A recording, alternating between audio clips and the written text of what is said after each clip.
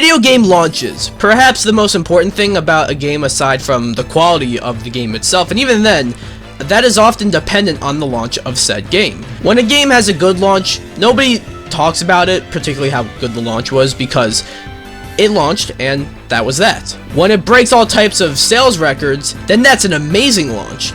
But what about the flip side? And I don't just mean bad launches, I mean video game launches that were downright disastrous. Whether it be an insane lack of polish, a player base falling off like crazy, or something unforeseen, or all the above. Well, that's what I'm counting down today.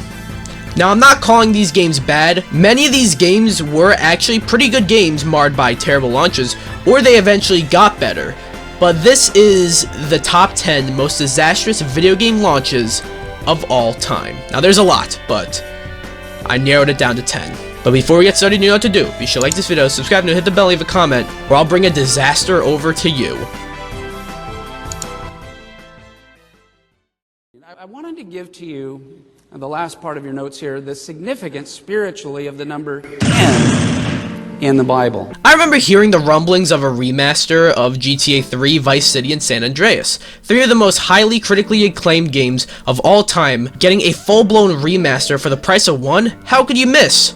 Well, Rockstar knew how to miss. Normally, Grand Theft Auto, the trilogy, the definitive edition, which is a fucking stupid and unnecessarily long title, would be a celebration of the three games that not only changed GTA, but kind of changed video games as a whole when you think about it. But in reality, the GTA Trilogy Remaster Collection thingy was nothing but a cheap and rushed cash grab, so Rockstar can have a game out for the holidays despite having gone 3 prior years without one. As a result, the GTA Trilogy Definitive Edition launched in an embarrassing state with poor visuals, game-breaking bugs and glitches, consistent crashes, and on top of that, PC players weren't even able to play the game. Not because it didn't launch on PC or anything like that, the game just wouldn't work. And they also delisted the original versions of the games from digital storefronts.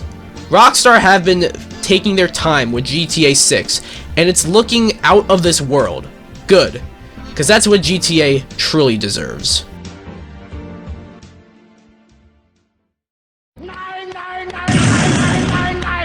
What are some yearly franchises you can think of? You got your Call of Duties, Mario, kind of in a way, your sports games, but for a while, Assassin's Creed was one of those franchises that saw a new game every single year, but I always thought that one made the least sense. Most yearly franchises are somewhat designed to be released yearly, but Assassin's Creed is a franchise of story-driven, stealth-action, 20-hour-long single-player games, and making that a yearly release was proven problematic after the launch of Assassin's Creed Unity. While this launch didn't get quite as out of hand as some of the others you'll see later on, Assassin's Creed Unity has gone down as one of the most infamous video game launches of all time. You've seen the memes of, the characters' faces turning inside out, and while that is hilarious, imagine spending $60 on what you expect to be a top-notch AAA single-player experience by Ubisoft and getting that. Not to mention, the frame rate chugged like crazy, and it got so bad that Ubisoft had to apologize and give away free games. The launch of Assassin's Creed Unity also ended up affecting the sales of the next year's game, Assassin's Creed Syndicate, which led to Ubisoft pumping the brakes of yearly installments for Assassin's Creed, up until now, where it looks like they're doing again. Some people just never learn. So I'm going to be giving this flavor 8.5 out of 10 scoops. What if I were to tell you that in order to play a video game, you need an internet connection? Chances are you just reacted with a resounding, yeah, and your point is? And that's because that's really nothing new, but go back to 2013, where the PS4 and Xbox One were coming out later that year, but we weren't quite there yet. Where we were, however, is when two highly anticipated PC games released, SimCity and Diablo 3, both bringing back long-dormant franchises with either a reboot or a direct sequel. Both came out about 2 months apart, and both were marred by DRM, making both games unplayable at launch. I'm lumping both games in together because they both pretty much had the same kind of disastrous launch, and like I just said, it was due to DRM, or Digital Rights Management. This made it so that an internet connection was required in order to play, but that only led to the servers getting overcrowded, which also meant people couldn't play the games at launch. This happened with SimCity, and then it happened again 2 months later with Diablo 3. And even though Diablo 3 was able to eventually recover, SimCity really wasn't, let's be real. 36. Very close, but that's not it. Let's go to Gary the Retard. What number between 2 and 4? 7. You'll see a lot of games on this list where the developers, in one way or another, lied about the game, but to my memory, the first major instance of a big AAA game getting lied about before release, and the only one to start a lawsuit, I think, is Aliens Colonial Marines. I feel like over time, it's kind of been forgotten, but before this game was coming out, Aliens Colonial Marines was looking super promising and out of this world on a technical and visual aspect. But when the game actually came out, it was clear that what was shown at E3 and other showcases was absolutely not indicative of the game's launch. And quite literally, as it was a different build, not to mention the AI.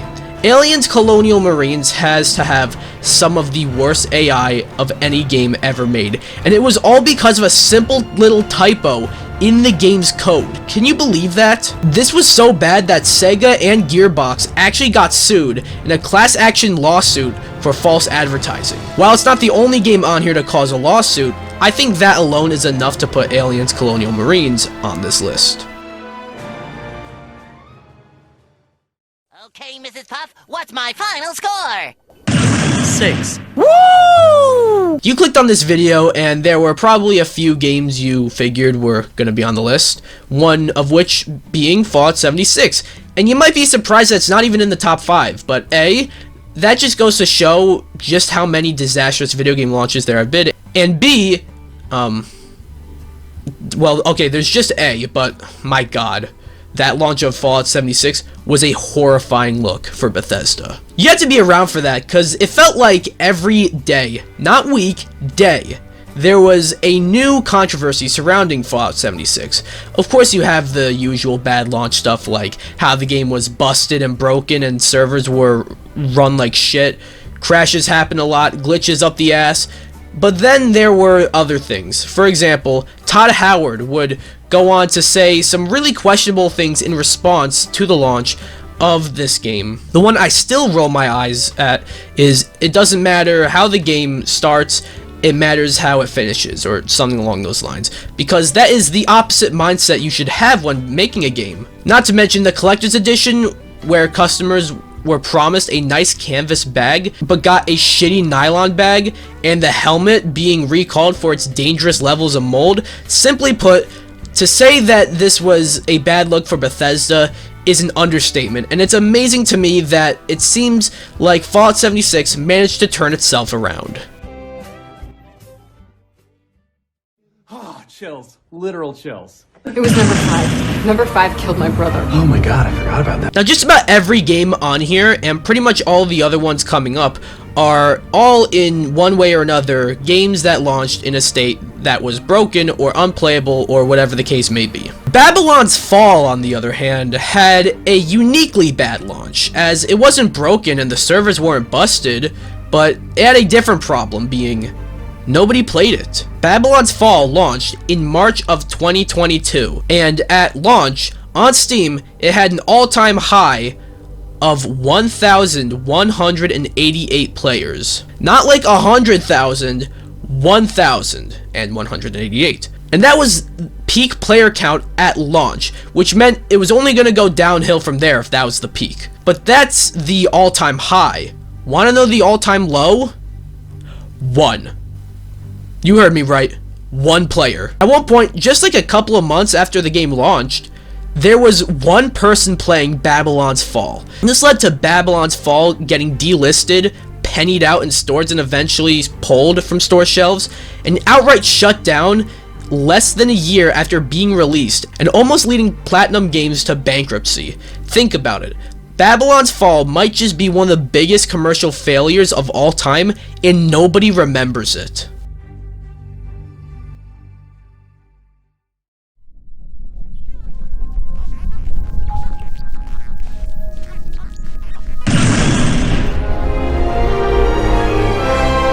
When it was announced that EA-owned developer DICE were reviving the Star Wars Battlefront series during the resurgence of hype for Star Wars, as this was around the time The Force Awakens came out, people were ecstatic. But it came out and, while not terrible, was severely lacking. But fast forward 2 years and EA put out a sequel, Star Wars Battlefront 2, and although it had more content, it had some other major issues. I'm sure you know the deal because I can remember when this happened and it was massive. Most games on this list launched in a buggy and glitchy state, but not so much Star Wars Battlefront 2, but rather it was the microtransactions. Star Wars Battlefront 2 wasn't the first game to have loot boxes, and definitely wasn't the last, but to my memory, it was the first to cause a major uproar. Certain characters like Luke Skywalker or Darth Vader, you know, two characters you immediately think of when you think of Star Wars, you had an extremely low chance of getting them in a loot box,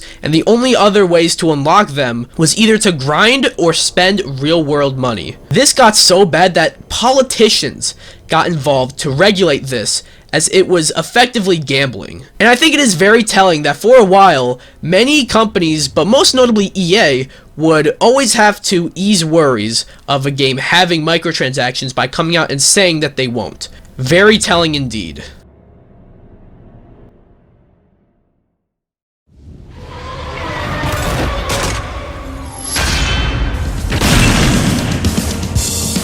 No Man's Sky has gotten so many updates, expansions, support, it's honestly a sight to behold. In fact, it's such a 180 from the launch of the game that it's basically a separate game, just a completely different game, which is a good thing because No Man's Sky at launch, oh boy. No Man's Sky leading up to launch should absolutely be studied. This was an indie game that got the amount of hype and coverage that a major AAA release would receive. Sean Murray, the game's director, had been in many interviews, including Conan O'Brien, where he was asked about so much stuff in the game, and he promised the entire world. The world in which he promised, though, wasn't true. This ended up being one of the biggest cases of game companies or devs that lied to you. Now, to play devil's advocate, Sean Murray is not Reggie from Nintendo or Phil Spencer from Xbox, and Hello Games, the developer and publisher of No Man's Sky, is not a major studio, so he probably wasn't used to all the attention the game got. That doesn't excuse lying to your consumers though, but it's a bit more understandable. However, what wasn't understandable is the technical state the game launched in. The game was buggy and glitchy, the world felt extremely empty, and the load times were absurd. Thankfully, they were able to turn it around, but No Man's Sky will never be able to fully wipe the stain off of itself that was its launch.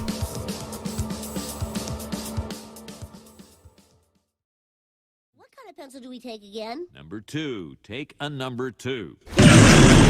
Looks like you took a big number 2. You know, I don't see how you could have possibly clicked on this video and not expected Cyberpunk 2077 to be on this list. Now, I know the game has gotten a lot better over time, and I even liked it when it originally came out, but that doesn't mean this game was released in any state that couldn't be described as poor.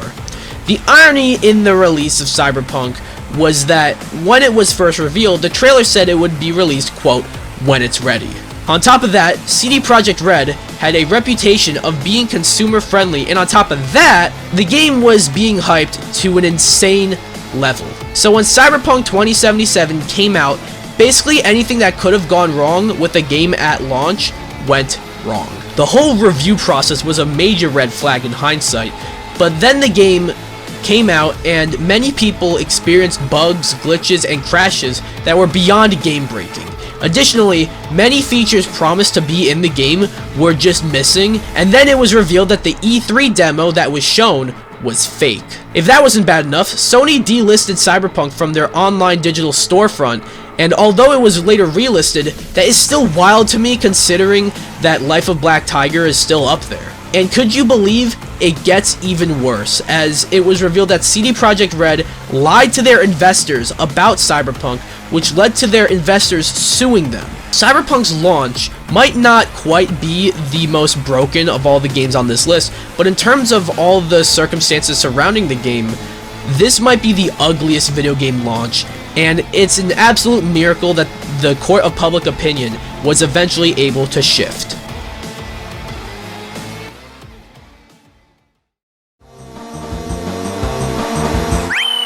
I'm a Luigi, number one. For the longest time, even though I always liked Cyberpunk, I couldn't imagine a video game launch getting worse than that. But there is one. But let's go back a few entries to Babylon's Fall. You thought it was bad that Babylon's Fall didn't even make it a full year? The day before didn't even really make it a full week. Often when a game launches in a bad state, people call it a scam, and I think that's a little bit unfair. Even though the launches of Cyberpunk, No Man's Sky, Fallout 76, etc. were definitely embarrassing, you could clearly tell that there was a level of passion and heart poured into those games that just happened to launch badly. The day before, however, if I describe to you what went down with this game in such a short span of time, it's a scam. The game was announced 3 years ago and was promising to be a big open world zombie shooter MMO with crazy looking visuals, but then it got delayed and delayed and delayed till it eventually randomly came out in December of 2023, where it was clear that whatever was shown for 3 years is not at all what the final release ended up being, with basically anything that could go wrong with an unfinished game going wrong. Additionally, when people did their digging, it was also revealed that pretty much the whole game consisted